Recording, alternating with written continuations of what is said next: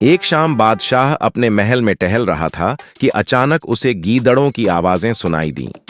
बादशाह ने फौरन अपने वजीर को बुलाया और पूछा, ये गीदड़ क्यों शोर मचा रहे हैं? वजीर ने अर्ज किया, बादशाह, सलामत लगता है कि खाने पीने की कमी की वजह से फरियाद कर रहे हैं। बादशाह ने हुक्म दिया कि उनके खाने पीने का इंतजाम किया जाए। वजीर ने बहुत सारा अनाज और खाना ऊंटों पर लाद कर आधा अपने घर भिजवा दिया और बाकी अपने दोस्तों में बांट दिया।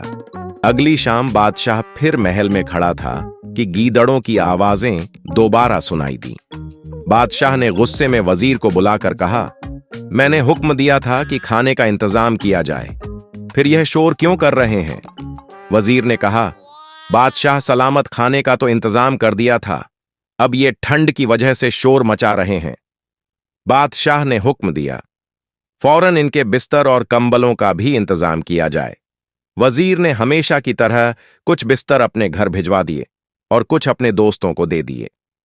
तीसरी शाम फिर गीदड़ों की आवाजें आने लगीं। बादशाह ने वजीर को बुलाकर सख्त लहजे में कहा, क्या बिस्तरों का इंतजाम नहीं किया गया? वजीर ने अदब से कहा, सब कुछ कर दिया गया है। बादशाह ने हैरानी से पूछा, फिर यह शोर क्यों मचा रहे हैं? वजीर ने कहा, मैं अभी मालूम करके आता हूं। कुछ देर बाद वजीर मुस्कुराता हुआ वापस आया और अर्ज किया, बादशाह, सलामत, यह शोर नहीं मचा रहे बल्कि आपका शुक्रिया अदा कर रहे हैं और हर रोज करते रहेंगे।